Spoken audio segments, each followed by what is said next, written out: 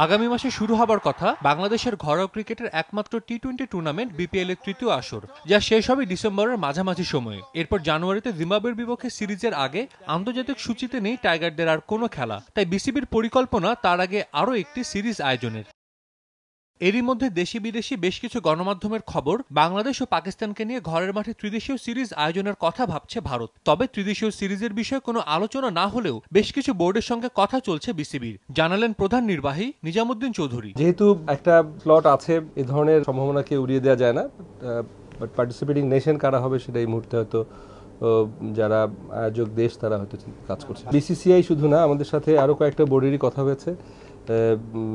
In fact আমরাও আশা করছি যে ডিসেম্বরে কিছু খেলা আমাদের অংশগ্রহণ করা যায় কিনা, সেটা দেশের বাইরে আর কি। আইসিসির ফিউচার ট্যুর প্রোগ্রাম বা এফটিপি অনুযায়ী 2023 সাল পর্যন্ত বাংলাদেশে 69টি টেস্ট খেলার কথা রয়েছে। তবে আগামী বছর টেস্টের সংখ্যাটা কম, তাই নির্ধারিত সূচির বাইরেও খেলা আয়োজনের ব্যাপারে অন্য বোর্ডগুলোর সঙ্গে আলোচনা করছে বিসিবি। মূলত টার্গেটটা এখন টেস্ট ম্যাচ বেশি খেলার জন্যই আমরা চেষ্টা করছি। তো সেক্ষেত্রে যে সমস্ত দলগুলোর সাথে আমাদের পর্যাপ্ত টেস্ট খেলা নেই, আমরা তাদের সাথেই কথা বলেছি। 2016-তে আমাদের খেলা একটু কম আছে কম্পারেটিভলি অন্যান্য বছরগুলোর তুলনায়।